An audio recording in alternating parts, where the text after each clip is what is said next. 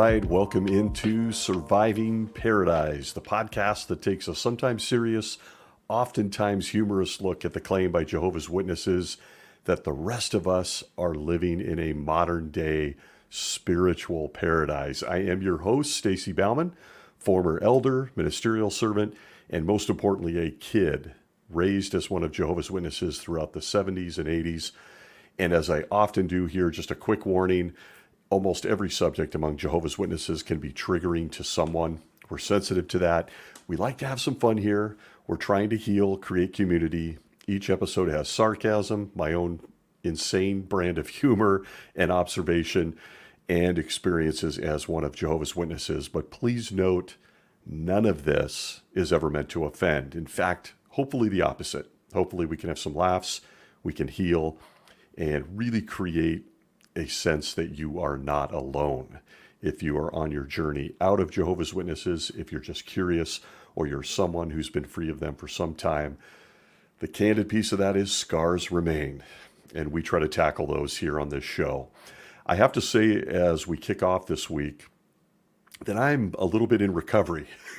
I'm still working off the all-time high of last week's news and the episode that King Tony Morris is no longer one of those getting new light as a member of the governing body of Jehovah's Witnesses. I haven't at this point seen or received any news on whether King Tony is still an elder, if he's one of the anointed, if he's still in upstate New York, or for that matter, if he might be on a 7-day scotch bender. But liquor stores in upstate New York, beware. You have been warned. Tony has hit on hard times after demoralizing and crushing the spirits of millions of innocent people who believe that he is somehow connected to Jesus Christ of the Bible. We will certainly be covering any additional details on this little show as they become available. I am left this week trying to figure out how to follow such a landmark event. But we're going to give it a shot. We're going to give it a shot. I do want to call out one other headline that I think deserves a few seconds. And I guess we're going to do that at the top of each of these podcast episodes as we move forward. I want to create some awareness. If you are not familiar with what's going on in the United States, in Washington State, and specifically in this case in Pennsylvania, it is big, big news. In case you haven't heard, the district attorney of the state of Pennsylvania is going after decades of hidden child abuse among Jehovah's Witnesses. And they have really ramped up their game. Note this, every Jehovah's Witness elder in 67 counties of Pennsylvania in the U.S. are being given notice by the state attorney's office to turn over any and all documents relating to child sex abuse that they, as a Jehovah's Witness elder, have been a part of, heard, seen, you name it. And let me tell you, this is big news. The chief attorney representing the Jehovah's Witnesses is charging all congregations $470 per hour, plus all expenses in connection with the representation and response to the subpoenas, as reported by a wonderful and passionate activist, Mark O'Donnell. This is massive. In my opinion, I think if you are a Jehovah's Witness and still attending meetings, you can expect to see some new shiny contribution boxes popping up in your local kingdom halls or assembly halls. They'll likely be sitting right next to those ATM machines that were literally installed in some Jehovah's Witness assembly halls just years ago.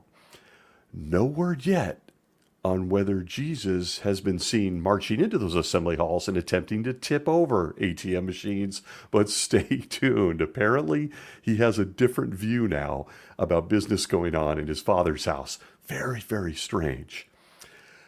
Oh boy. Hours later, the governing body, minus Tony Morris, rolled out some talks where they are asking for money. They even asked for coconuts if you happen to have a few. And I'm not kidding. I've seen speculation that some have linked King Tony to hidden abuse, but that is not confirmed. Those are still rumors, but certainly calls into question Jesus' timing of removing a governing body guy at the very same time his earthly organization is under the spotlight for child abuse in a very close and nearby state.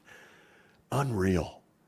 Rumors are flying, but let's all send very good energy to everyone involved in exposing these crimes against children. It is almost unspeakable. Makes me sick.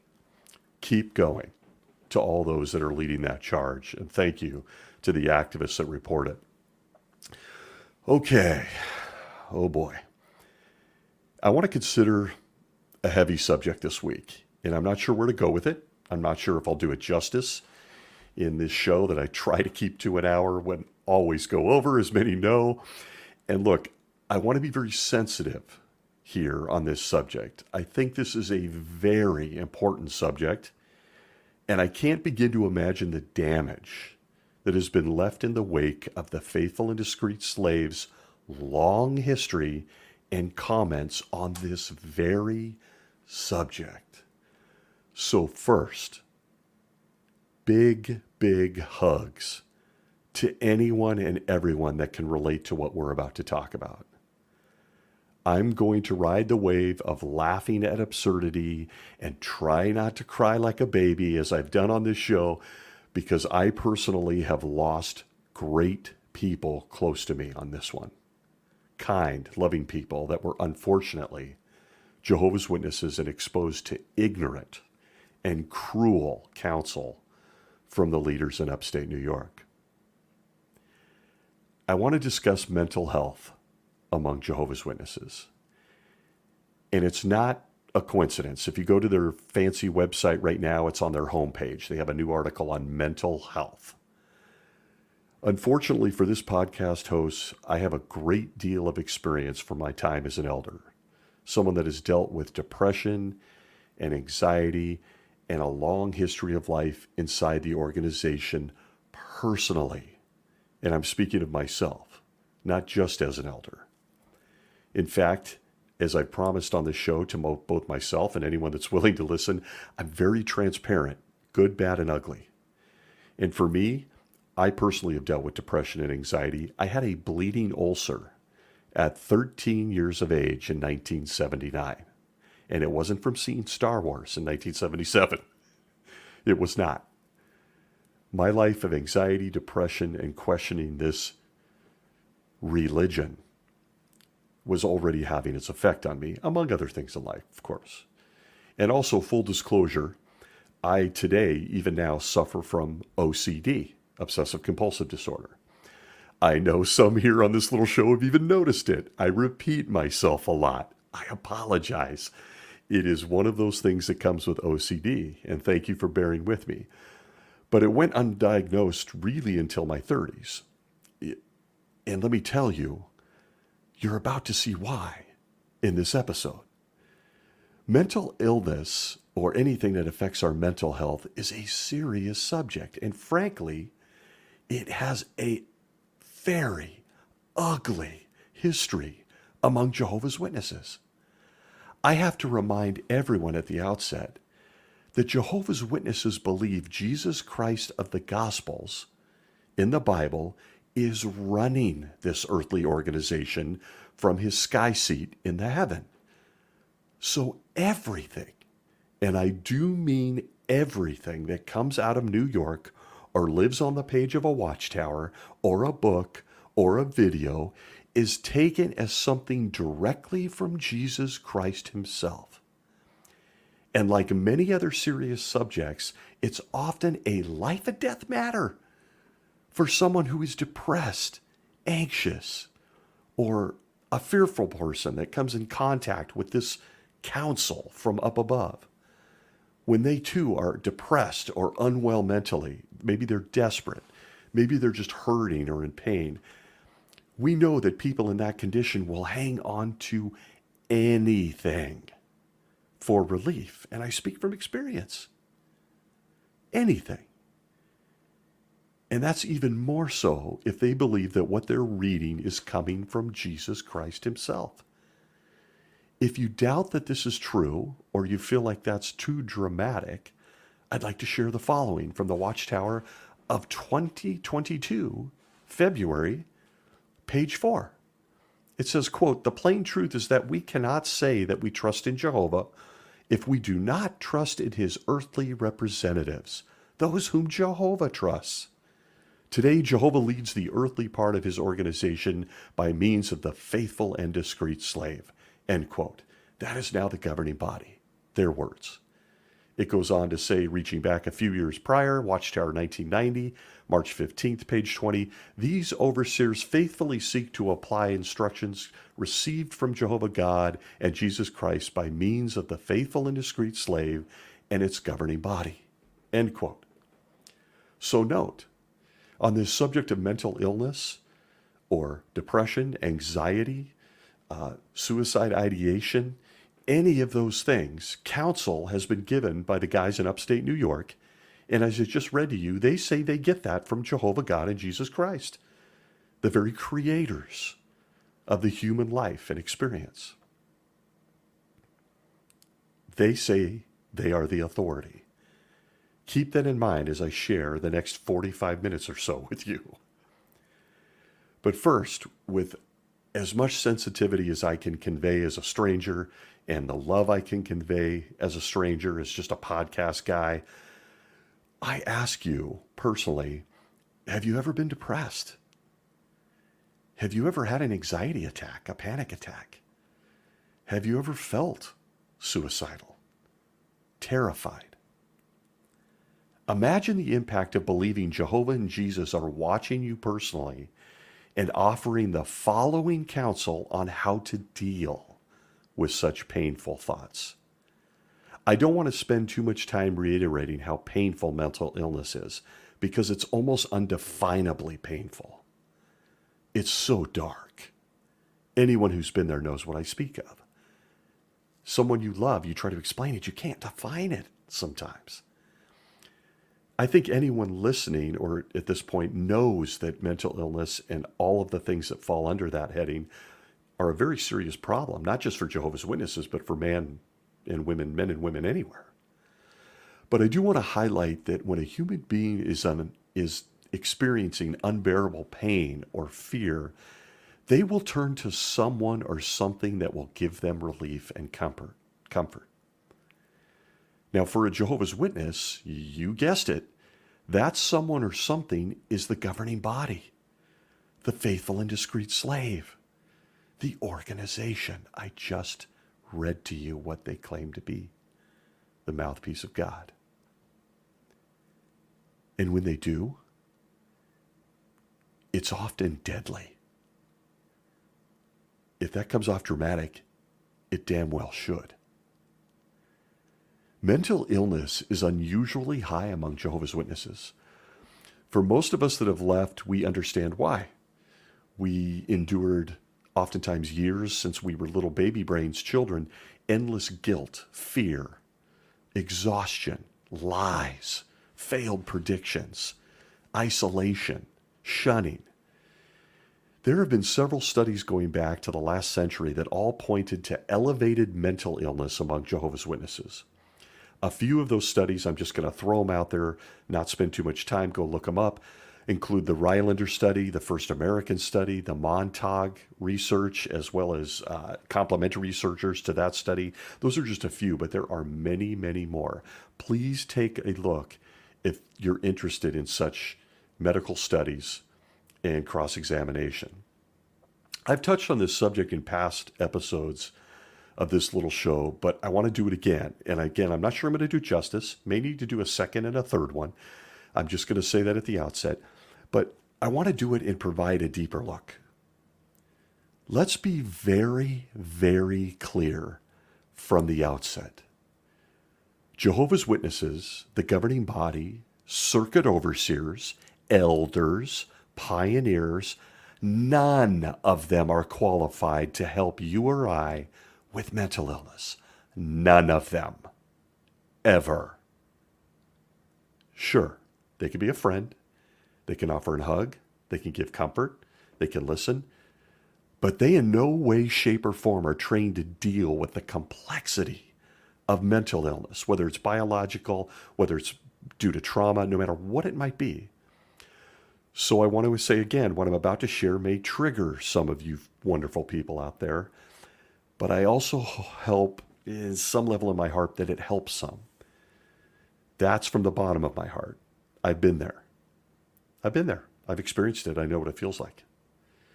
But candidly, some of this is going to shock you. And it will really validate, and maybe that's the key here. I'm starting back at the beginning of my experience with Jehovah's Witnesses and my generation. But it's going to validate how past generations of Jehovah's Witnesses were treated when it came to mental health. I'm going to start, for me personally, with my time as a kid and what I grew up being taught from the stage of the Kingdom Hall I attended. And let me just tell you right now, we were never, ever, ever allowed to consider seeing a psychiatrist, a psychologist, or a therapist. And I mean ever. And you're about to see why. To set the stage, as a depressed person, an anxious person, someone suffering from panic attacks, trauma, things they can't explain, you've drugged your body, your mind, and your soul, your heart to a kingdom hall. You're barely functioning. You're at rock bottom. And I want to go back a few decades. Okay? Picture yourself, no matter your age or time on this planet. I went back to the 50s. Let's start there among Jehovah's Witnesses. You're at rock bottom. And it was even worse back then because medicine hadn't caught up to mental illness. And I want to say, again, in the 50s, this is 30 or so years into Jesus Christ choosing the guys in upstate New York now as his favorite people in the universe. They're under direction from Jesus, as I shared with you, 2 references. Note what the faithful and discreet slave had to say in the June 8th, 1954 awake to that same person at rock bottom that just drugged themselves into a kingdom hall, hoping for some love and help. On the subject of psychology and psychiatry, and maybe you were considering that if you're old enough, they had this to say, coming straight on the phone line from Jesus and Jehovah themselves. Quote, "Abnormal psychology, as its name implies, deals with abnormal mental and emotional states. Psychiatry and the psychiatrist are concerned with the cure of those thus abnormal. Abnormal psychology recognizes 2 general divisions: those whose problem is intellectual, the feeble-minded, and those whose problem is essentially emotional, the insane. The feeble-minded are divided into 3 groups: the moron, whose mental age is between 8 and 11, the imbecile, whose mental age is between 4 and 7, and the idiot, with the mental age of 3 or less. By proper supervision, the moron can be made useful to society, especially on farms or as a laborer, etc. And even the imbecile can, by others exercising patience with him, be trained to be useful to a limited degree. Both of such classes, however, should be in small communities or on farms rather than in big cities where existence becomes too complex for them." End quote. Morons and imbeciles. Stick them on a farm. They're between the ages of 2 and 8 mentally because they're experiencing mental disease and are seeking out psychological help. I can't begin to even laugh at how absurd this is. That is a direct quote from the June 8th, 1954 Awake magazine, distributed by Jehovah's Witnesses to depressed, mentally ill, anxious, and a whole litany of other things. Did I mention that some of this was surrounding world wars? This is what Jesus rolled out to millions of people in the 50s. If you were dealing with mental issues or mental illness, you were either a moron or an imbecile or feeble-minded. Where do I go from here? You may be thinking, okay, Stacy, wow, that's a pot shot at people. You think? You think? From the Jesus of the Gospels, I'm still looking for the scriptures where he categorized people as morons and idiots. Let me know if you find it. But you may be thinking, that's old light, man. Come on, they've updated. The article's on the website today. Okay, let's walk through time.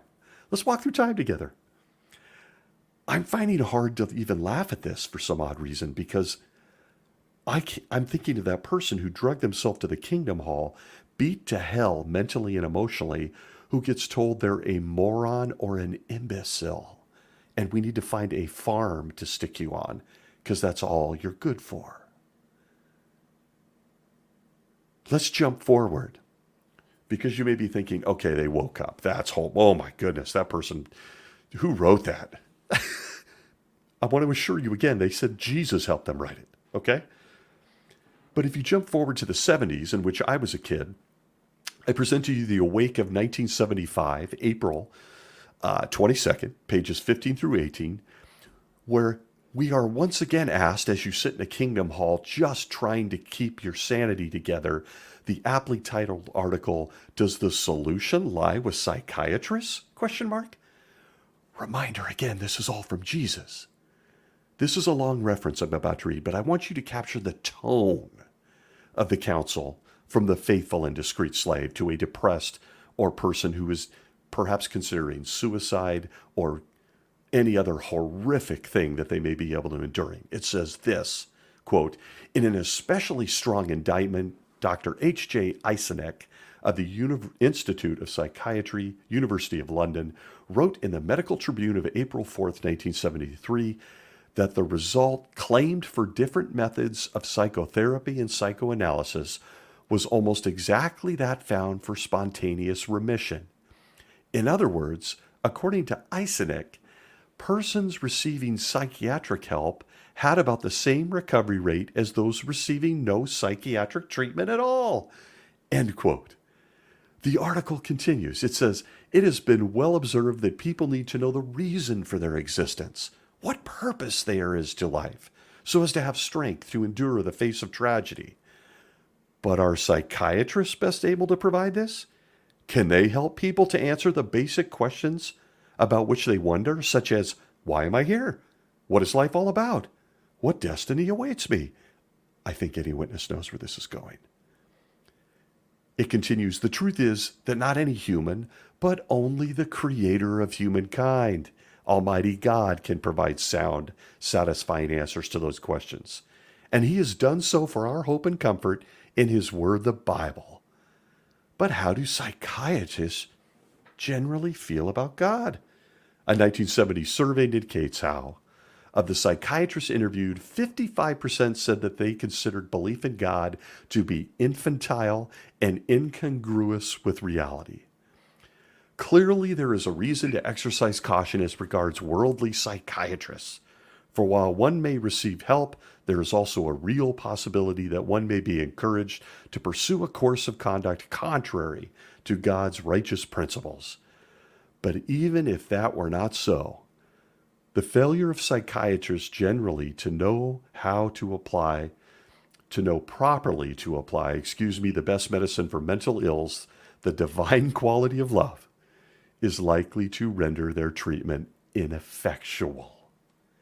Does this mean that there is nowhere that people can receive reliable psychotherapy in the sense of receiving help to see their problems through and solve them?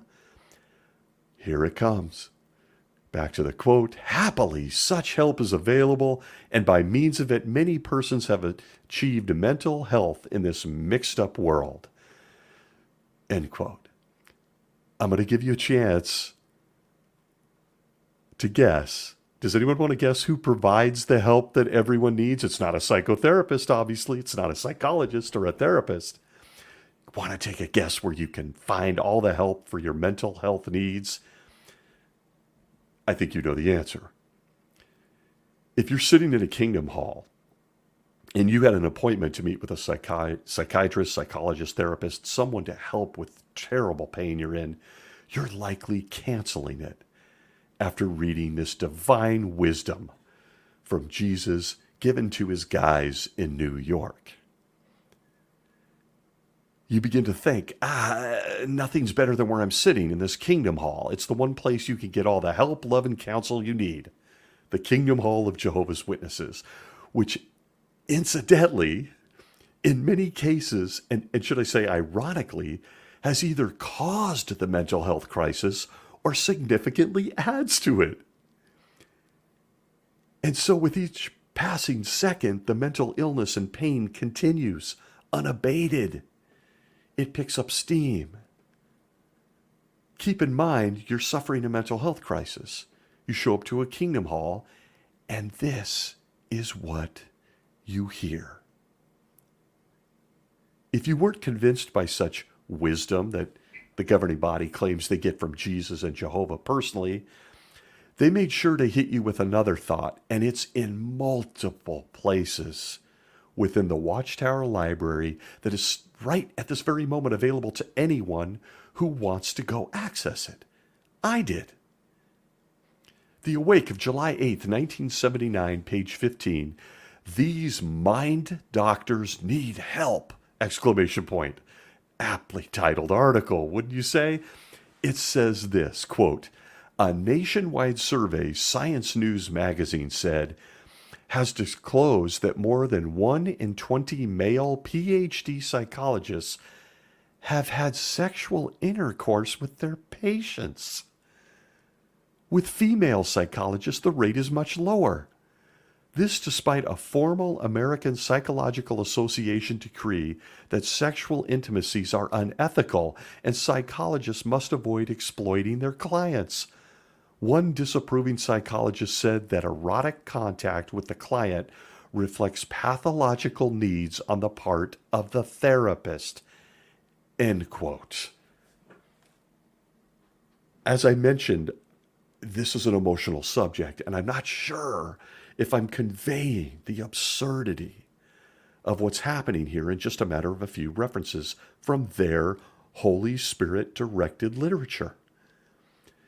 If you're in a mental health crisis of any kind, and you're thinking, I need a therapist, I need a professional, I need a psychiatrist, you've already heard they're terrible at their jobs, that they're going to turn you away from Jehovah and from the truth, and then you're hit with, they may even want to take advantage of you and have sex with you while you sit in a Kingdom Hall, or you hear in a talk, or you access on their website in 2023.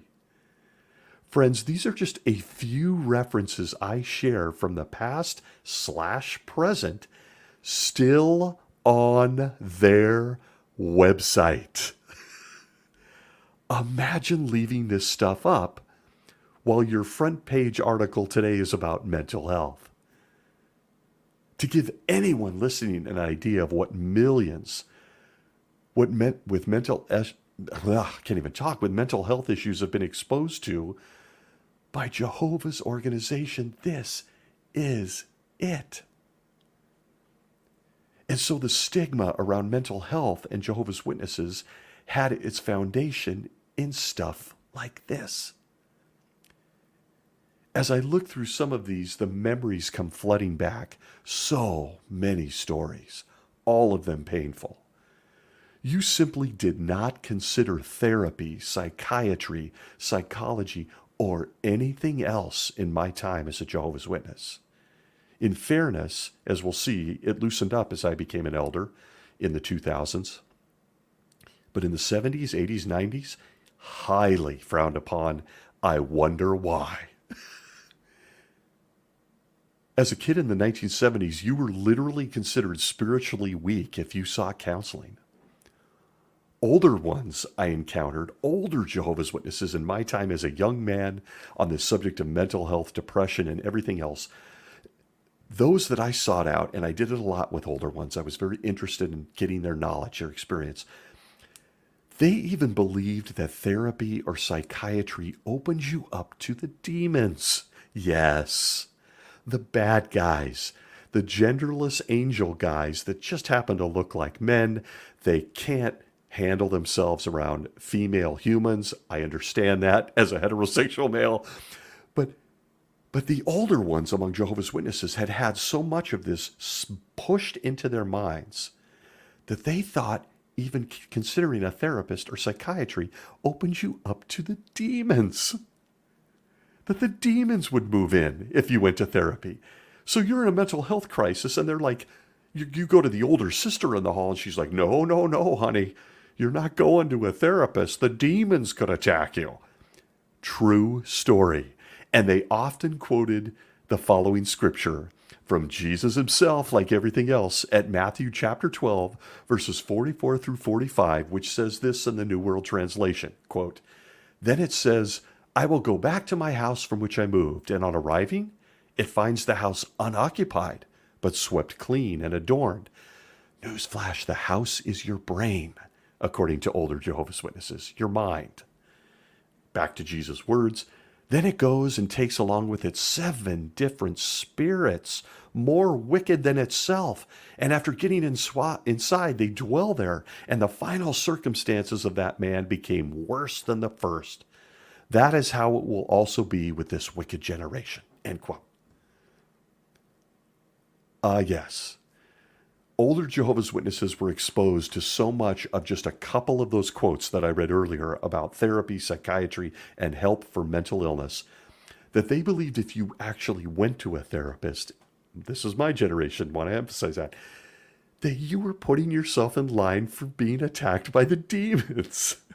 Yes. With something as demonic as talk therapy, you open yourself up to Satan and his friends moving inside your head.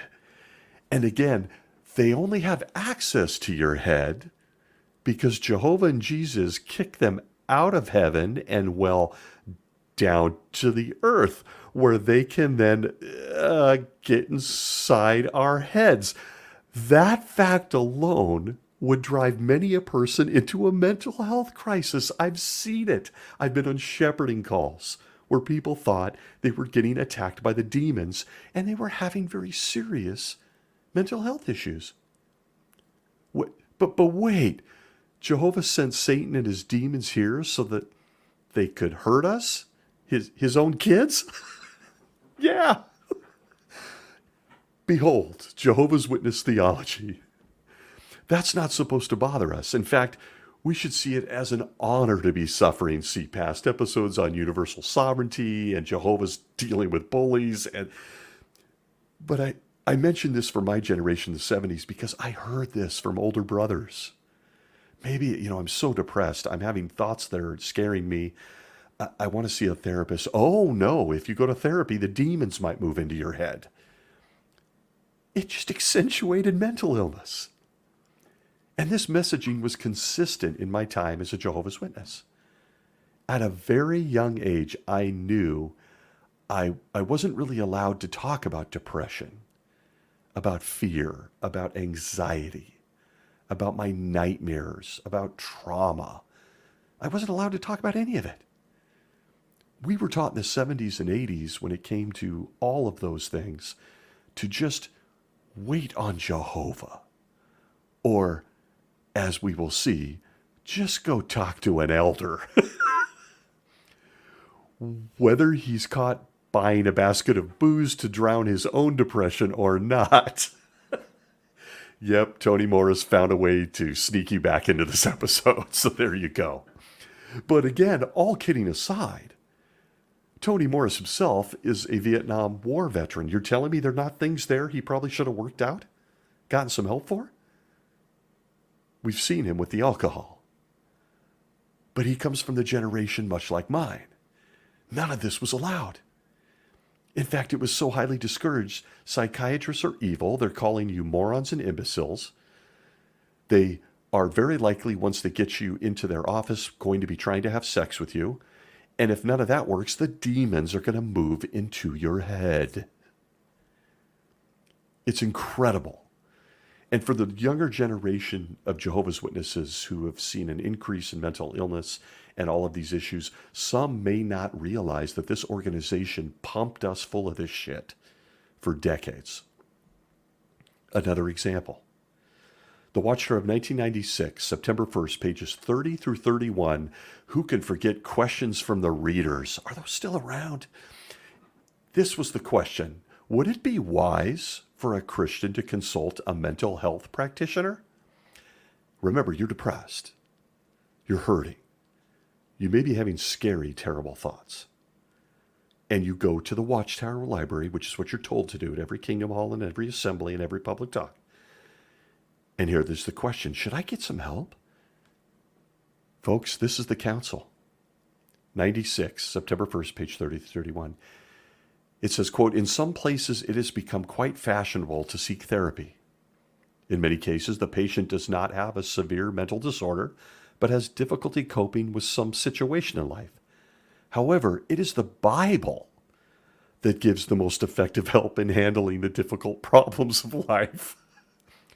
I'm sorry to laugh. Through the Bible, Jehovah supplies wisdom, thinking ability, and true knowledge, things that fortify us mentally and emotionally. Faithful servants of God may express themselves irrationally at times because of severe inner turmoil. James 5, 13 through 16 encourages such ones to call on the elders for help and counsel. A Christian may be spiritually sick, or he may be distressed by an unchangeable circumstance or by oppressive stresses, or he may feel that he is the victim of injustice. Such a person can find help with the elders, who will grease him with oil, that is, skillfully impart comforting Bible counsel. End quote.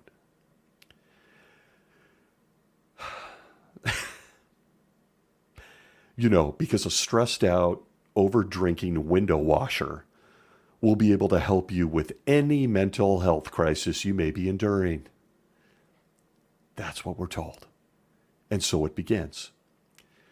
When I was a kid, we called all things Jehovah's Witness leadership the Society. Do any old-timers remember?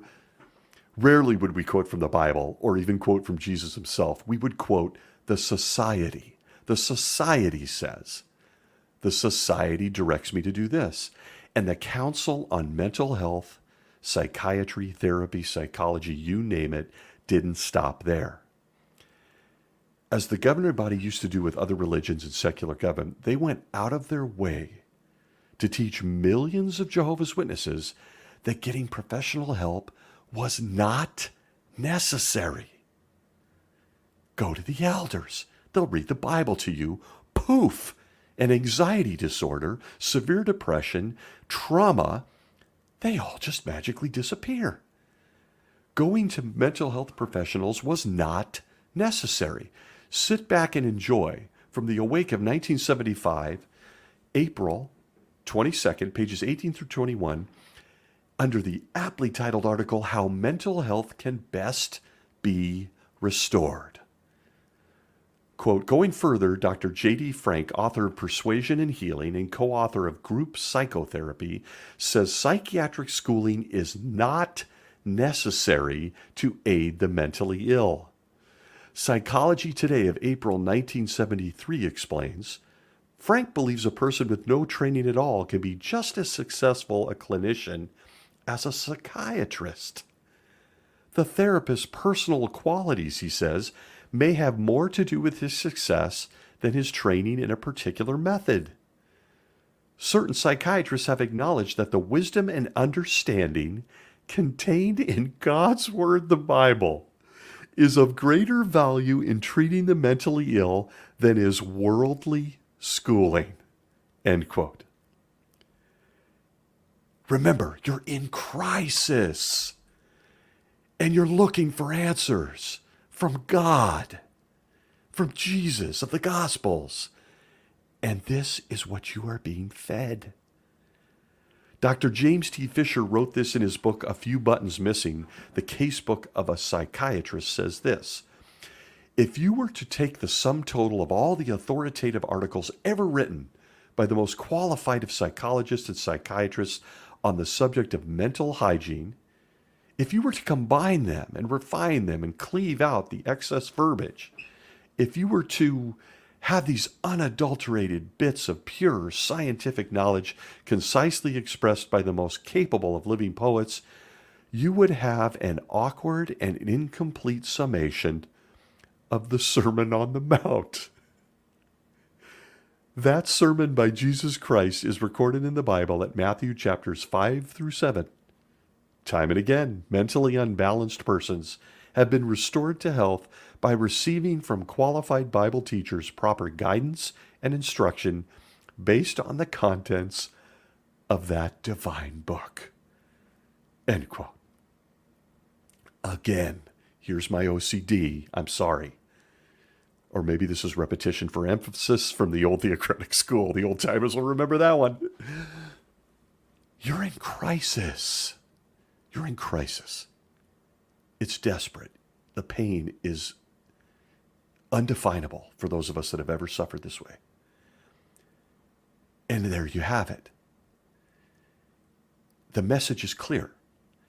Any horrific mental crisis a Jehovah's Witness was having or is having could all be solved by a shepherding call with the elders or just reading the Bible. These psychiatrists said so when we quoted them. And if your brain is starting to turn right here, so is mine. Yep, the same book, the same Bible that features a woman cut up into 12 pieces and mailed to 12 different addresses. The same book that blasts and condemns homosexuality, that condones slavery, that features misogyny, heartwarming scenes of genocide. That same book is propped up as the solution to any serious mental health crisis you may be experiencing. Never once did anyone consider that the magic book itself may have been actually the source of the depression or the anxiety. Nope, never. But whatever you do, don't seek help. The Bible and the elders is all you need. And therefore, we arrived at today where generations of people are oftentimes not well among Jehovah's Witnesses. And I'll give you just one guess where a Jehovah's Witness suffering from mental illness was supposed to go when they were in crisis. I've given it away, but I can't emphasize this enough to set the foundation for this very important subject. The same article is but one instance, and I mean one, of where Jehovah's Witnesses were sent by the governing body. And I feel it coming on, a warning here. This is where I get pissed. I get very pissed. It continues in this article, quote, due to their years of study of God's Word and practical experience in handling personal problems, many Christian elders of Jehovah's Witnesses are well qualified to help those mentally or emotionally sick. The Bible command may be fittingly directed to these men. Speak consolingly to the depressed souls, support the weak, be long-suffering toward all. End quote. Guided by such divine counsel, Christian elders are aided to be sympathetic and upbuilding to persons coming to them for help. They thus manifest genuine interest, patiently hearing the troubled one through. They know the importance of not being quick to censure, but agreeing whenever they can with the ill person, recognizing the mental disturbance. Thus, they are in position to work to comfort and help that one to recover. Kind and understanding elders have thereby assisted many persons to gain and maintain balance in this mixed up world. End quote. And folks, I am pissed when I read this. Pissed. A couple of things. And I know you are going to know where I'm going. Very few elders have ever read or studied the Bible to begin with. If you think I'm being blunt, bold, or I have an axe to grind, think again. I served with many of them. I know some so intimately that have recently been appointed, they've never even read the Bible. that supposedly has all the answers they need. Many more of those same elders that you're pointed towards in a mental crisis are better at emulating the harshest parts of the Bible and have zero understanding of the loving parts, the loving entries in the Bible. They just default to the Mosaic Law when dealing with someone that's in a mental crisis. Second, on my list of things I'm pissed at, did you ever approach an elder in the middle of a mental health crisis? I can't believe that there is not at least one other person listening that, followed this counsel, attempted to do it. Let me ask you something. How were you treated? How were you treated during the worst seconds, moments, months, whatever it was of your life? And perhaps it was something that was ongoing. Perhaps it was bipolar disorder. Perhaps it was a trauma that was unsolved. When you approached the elders, how were you treated? What was their follow-up? Recognizing that you were in crisis and, in many cases, a danger to yourself. I think I know the answer. I'm going to share something very hurtful. Very hurtful. Okay. I have been in elders' meetings as an elder where one of the subjects of the meeting was a round-robin bitch session that was pointed to a particular person complaining about a high-maintenance, oftentimes depressed sister who needs yet another shepherding call, who is yet calling at me again at night multiple times, who is desperate and needs help. And no one wanted to go. No one wanted to go. If you think this is a one-off experience that I've had, think again. These men are not qualified, whether they've studied the Bible or not, are not qualified for someone in pain. What ends up happening, the most loving of whoever the guy is on the elder body ends up with all of the poor people who are suffering mentally. Because the other guys want nothing to do with it. And they aren't qualified to help. And they make that point known at every turn. And ironically, many of those same elders have, at least in my time as an elder, 11 years, had wives who were suffering mentally and emotionally that they didn't know how to help. So they're certainly not going out for Sister Jones over there, who is really in a crisis situation and desperately needs some love. Maybe she's never married. Maybe she's alone. Maybe she was abused or assaulted as a child in a Kingdom Hall of Jehovah's Witnesses. These men do not have a frickin' clue how to help other than to say something like, wait on Jehovah. He'll solve it all in paradise.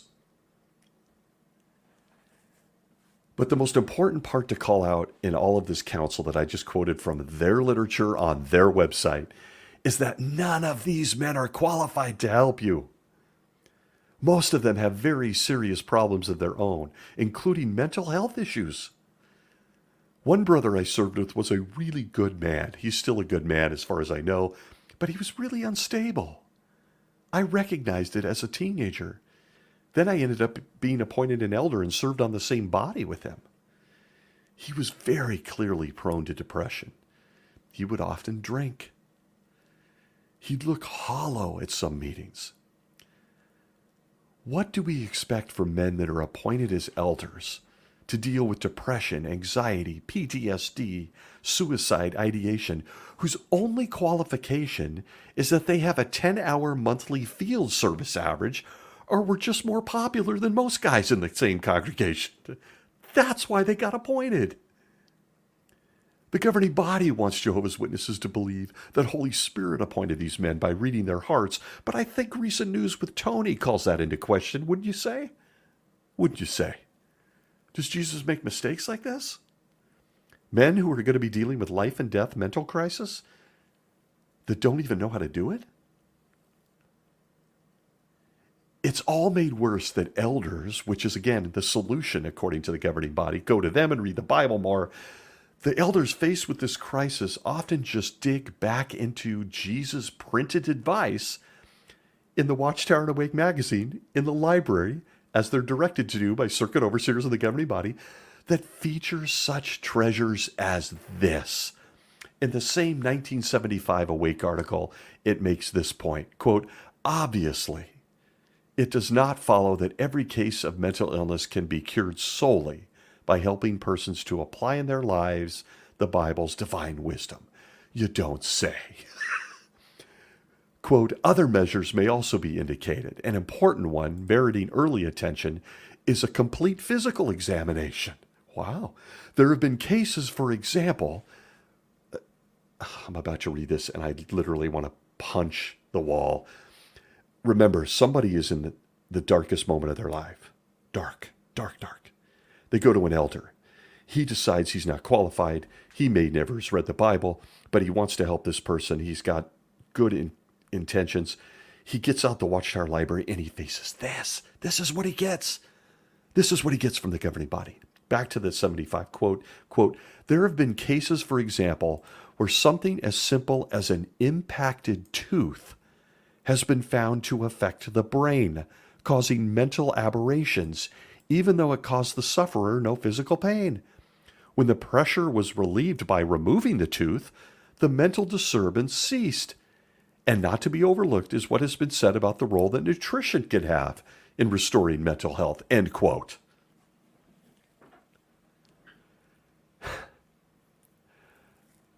A young woman, a child, a teenager, a man who's been through trauma, I don't care who it is. They're told to read the Bible more, wait on Jehovah, and go talk to an elder. The elder then reads this and asks them if they've been to the dentist lately and had their teeth cleaned. That'll make it all better. I'm trying to force myself to laugh, and I simply can't. Ah, yes, the creator of mankind, the universe, DNA, and more made sure that Jehovah's Witnesses and the elders that served them knew that a cavity could be at the heart of all their mental illness, all their depression. Surely this is Jehovah's only organization, right? This council is from 1975. Let's call it the modern era. Odd they have time to give us this important information considering Armageddon was also happening in 1975. But there it is, folks. All you need to do to solve mental issues is floss more. Use good fluoride toothpaste. Generations of Jehovah's Witnesses, my generation, grew up avoiding getting help for depression, anxiety, or anything else based on this type of counsel. And I want to connect something here if you haven't connected it already yourself. That same generation, including this podcast host, then became the very elders that the newer generation of Jehovah's Witnesses came to with their mental health problems. And boom, you have a full-blown mental health crisis spanning generations of people who desperately need help.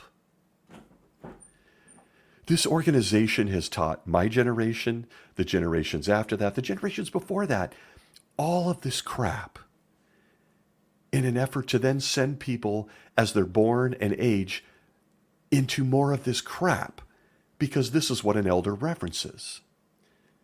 Now, I get that many listening will say, okay, Stacy, but that was the 70s, 80s, 90s, 2000. Things have changed. Okay, I'll be nice. They have changed. In several places within their literature, you can now find that them actually saying some Jehovah's Witnesses actually take antidepressants or they actually speak to a therapist. But it's now portrayed as a personal decision, a conscious matter. Candidly, they were overwhelmed throughout the 90s and 2000s, and in my opinion, they had to adjust. And thank God, thousands of Jehovah's Witnesses didn't listen to this stuff. They went and got help. Thank God. Elders wrote letters to Brooklyn during my time on this subject. What do we do about all the depression? What do we do about these child abuse situations and the resulting trauma? What do we do? It was a massive, massive crisis in my time as an elder. So they loosened up. Something that I personally am going to say and predict right here for the world to put me on record.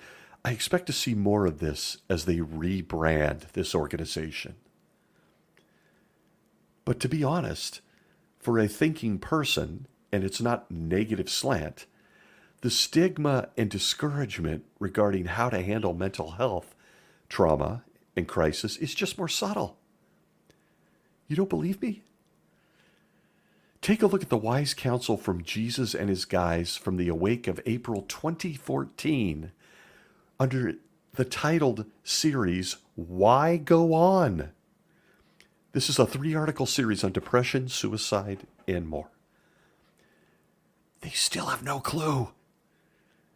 They still have zero understanding of what can cause a mental health crisis or what can drive a person into desperation. They still get their, hey, just read the Bible and go out and field service more advice across. They just do it more subtly. It's just below the surface now. And I guess not only because they're just following suit, but probably the people writing this garbage are still referencing some of the old garbage. All of it allegedly from Jesus, remember? But in this 3-series article from 2014, I digress. Fired up here. Under the article, Because Things Change in the series, it says this. See if you can pick out. Quote, but what if your circumstance cannot change? For example, suppose you have a chronic illness. Or what if your despair is the result of an irreversible situation, such as the breakup of a marriage or the death of a loved one? Even in such cases, there is something you can change. Your outlook on the situation. What?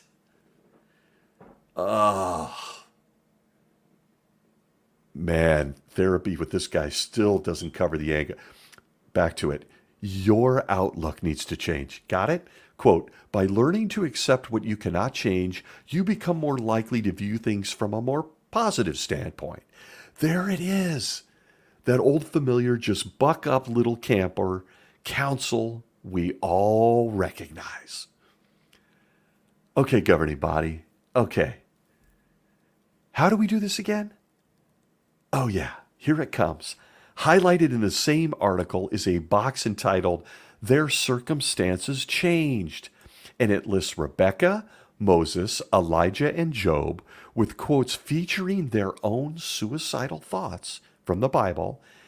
And then it launches into this loving counsel from Jesus himself. It says, quote, if you read the Bible accounts about these people, you will find that their circumstances changed for the better and in ways that they could not have foreseen. The same might be true of you. End quote. Someone hit me over the head. For a desperate person in horrific pain, just go read about Moses or maybe Job. 2 guys that there is much debate around as to whether they're even real or ever existed. And by the way, how did things turn out for them again exactly? Oh yeah, they'll reappear any day now. We're just not sure when. Got it. Got it. But did you notice the shame? You need to change your outlook. Just read about these Bible people, and there's something... good grief. Sorry, I'm all over the board here, folks. I want to share my own experience with depression and anxiety, and I've had it. And I want to know if I'm alone, and I'm totally okay if I am. I just sense that I'm probably not. When I would read counsel like that, I would come away with 2 feelings. One, Stacy is not, and this is my brain talking to me, Stacy is not Moses, Elijah, or Job, and I'm certainly not Rebecca, sorry. I'm simply not faithful enough. I'm bad. That's how the depressed brain speaks to itself. And second, my brain, and this one I'm so curious for those kind enough to listen, my brain would laser focus on something the governing body is very, very good at doing. In fact, they do it often. See if you can pick up through the eyes of someone hurting or depressed. Quote, Stacy, if you read the Bible accounts about these people, you will find their circumstances changed for the better and in ways they could not have foreseen. The same might be true of you. End quote. Not much of a teaser there, but did you catch it? I'm exposing myself here, and I can't imagine I'm the only person like this. When you're hurting and you turn to God for all the answers, you're looking for something concrete to hang on to. When you're depressed and down and scared, you're desperate. They feed you up, serve you up the old governing body disclaimer that they use often. Quote, the same might be true of you. End quote. Nothing concrete about the help you seek. Am I the only one in this type of a situation that was impacted by that type of comment that way? I tend to doubt it. Depressed people, anxious people, and I've been one, tend to look for something to hang on to. Like when you fall into the water, you're reaching for the wall. I want something to hang on to. The wall might prop you up, or it might not. That's all a depressed person hears. That's all they hear. Same article, part 3 of the series, under prayer. And again, this is to show that while the governing body isn't quite as crass, calling us imbeciles and morons like they did in the 50s, in 2023, this is still the counsel. Same article, part 3, prayer. Prayer is not merely some psychological crutch, nor is it a last resort for desperate souls. Wow. It is real communication with Jehovah God, who cares about you. Jehovah wants you to tell him your concerns. In fact, the Bible urges us, throw your burden on Jehovah, and he will sustain you. I hope prayer, end quote, forgive me. I hope that prayer works or has worked for someone. I really do, truly. But when the source of your pain, mental crisis, anxiety is from Jehovah's organization to begin with, as is the case with those shunned, as with the case of those who may be gay, as with the case of someone who's being abused in a relationship, as is the case of a baby, a child, who's being assaulted by someone in authority, I got news for you. Prayer doesn't work. It doesn't work. Isn't that odd? The Creator doesn't seem to answer the poor kids that have been abused inside his organization. He didn't protect those kids from the perpetrators. Oftentimes, guess who? An elder. That kid may be forced to go to, or was alone with, to get help maybe even for mental things. He didn't help the woman in a terrible abusive marriage, or answer the alcoholic who went for help and got disfellowshipped and kicked out of his organization. On and on it goes. And it's the same routine. If you have an option, keep it in-house. Keep it in Jehovah's organization. Listen to the governing body. Pray more. Read the Bible more. Go out and field service more. Hang out with an elder. It's the same routine. They're just a little more tolerant now if you happen to disobey and go to a doctor or a therapist. But it's still implicated that it's probably not the best choice. We know best. And they remind you of it constantly. And finally, I have to mention one of the governing body's favorite ways to address this, and frankly, any tough subject. I'm sure we all miss getting a really good experience from a mystery person from the stage at the Kingdom Hall or Assembly Hall. I've got one for you in conclusion. And again, this is one of the governing body's favorite teaching strategies.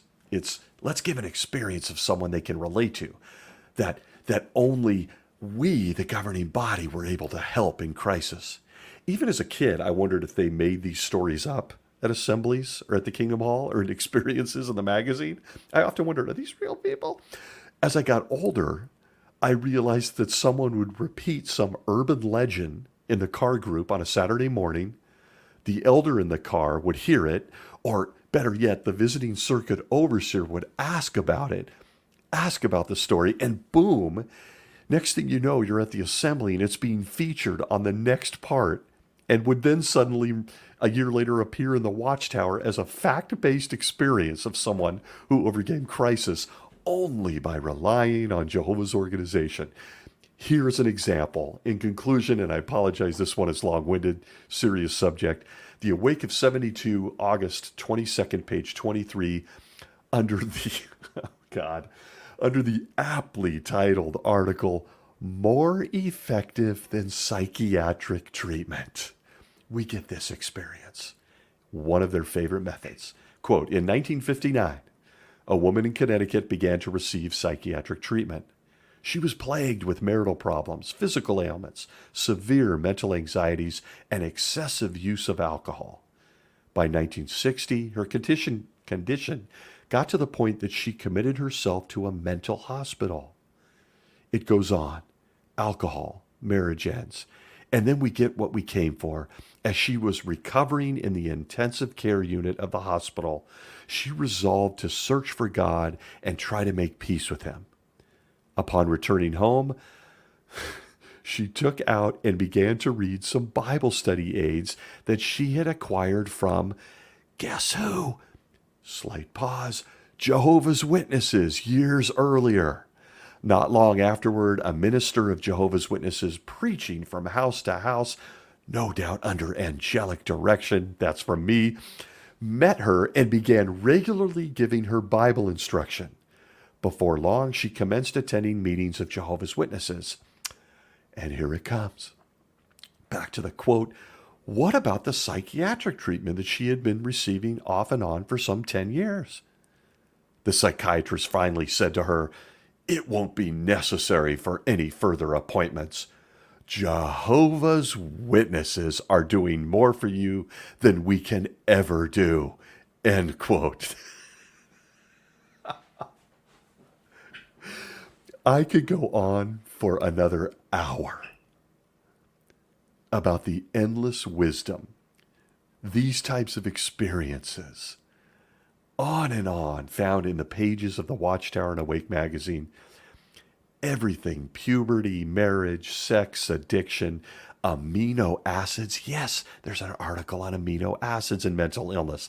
Lack of vitamin B, animals, empty nest syndrome. Millions of pages of reasons why people have mental illness, as well as millions of pages of advice for those that are suffering from mental crisis. But the truth is, this is going long, and I'll have to do another episode if you really want that. It's extensive. Its history is concrete.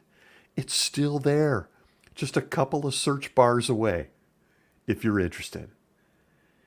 And of course, as you will find when it comes to something as serious as mental illness and crisis, the answer is always the same. But it's a very important subject. And I get asked about it a lot in my DMs, on social media, in private emails. I get asked about it a lot. It can sound dramatic, self-serving, and kind of goofy, I guess, but I cry a lot, is the truth of it. When I see the age of someone that I'm talking to, or they tell me a story that I can't believe any human being would have to endure. Generations of Jehovah's Witnesses were shamed if they felt off, sick, if they felt disassociated mentally, scared, anxious. I lost a handful of friends who took their lives.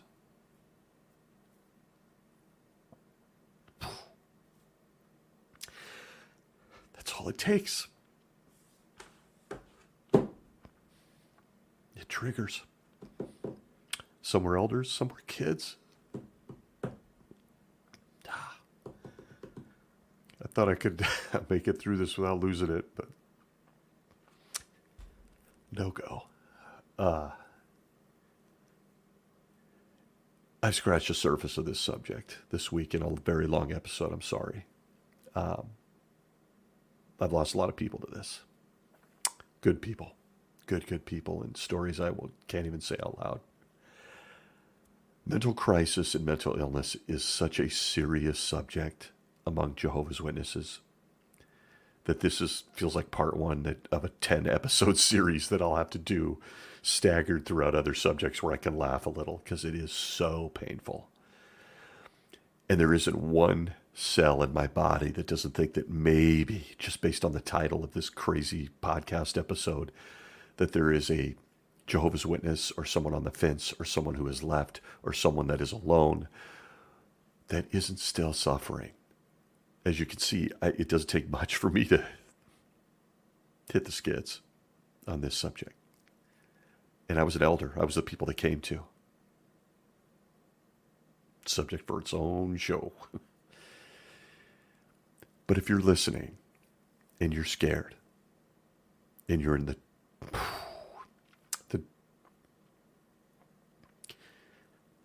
darkest of places,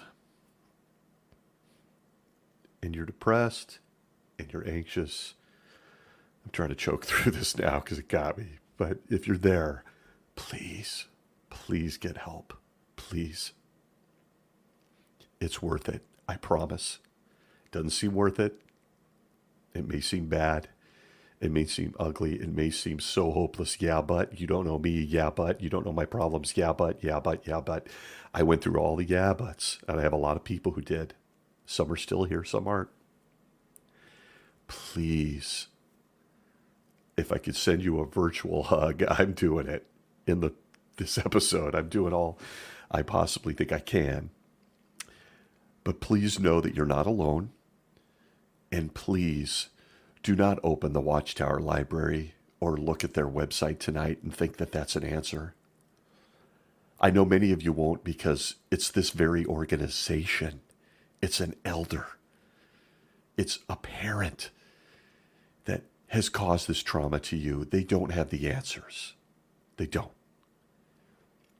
And so I ask you, please, for all the rest of us that may or may not know you, because we only have so much time on this planet to get to know X amount of people, but please know it's worth it to fight through it, to get the professional help you need, and under no circumstances, zero, should you follow this organization that claims that Jesus Christ is directing them and then rolls out articles calling us morons, imbeciles, that a therapist is just going to endanger our life, that maybe the demons will get us if we get help.